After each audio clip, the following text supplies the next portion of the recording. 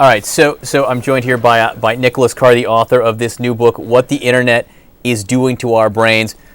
Nick, what is the internet doing to my brain?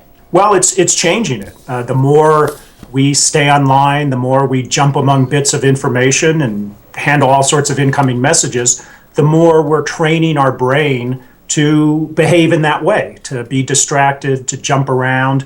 And what we're losing, I think, and the science seems to suggest this, is the ability to slow down, to be contemplative, to be attentive, and to engage in the kind of deeper modes of thinking and reading that I think are really the essential to our intelligence and even our personality. You think this is a shame. You wrote the article a few years ago, I think it was in The Atlantic, that said, is Google making me stupid?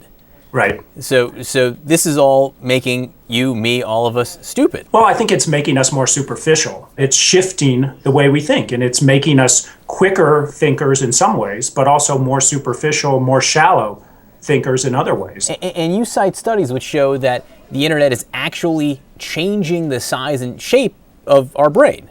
Right. Something neuroscientists and psychologists have discovered in recent decades is that when we use new technologies, new media, they actually influence the very neural circuitry of our brain. So as we shift our habits of mind and spend more time with our iPhones or with our laptops and stuff, and we're really not only training our brains to think in a very distracted, very superficial way, but these changes are being embedded in the actual biological structure of our brains. And we're losing what here exactly? I think we're losing the deeper modes of thinking and reading that require attentiveness, that require the ability to concentrate, to tune out distractions. The ability to pick up a book quietly and read it for a few hours and lose yourself completely. Right. And it's not only book reading, it's to sit down and pay attention to one thing for a long period of time. There is some irony about our discussion right now in that this is a chat that will appear on the internet. So for all of you watching it right now, while we're having an interesting discussion, we're making your brain smaller and doing you irreparable damage. That's just a disclaimer here. But are you sensitive to the criticism that, hey, this is just some guy, criticizing kids in the interweb and their YouTubes? Well, I am sensitive to that. And so I'm very careful in the book not to put it into generational terms. This doesn't just affect kids.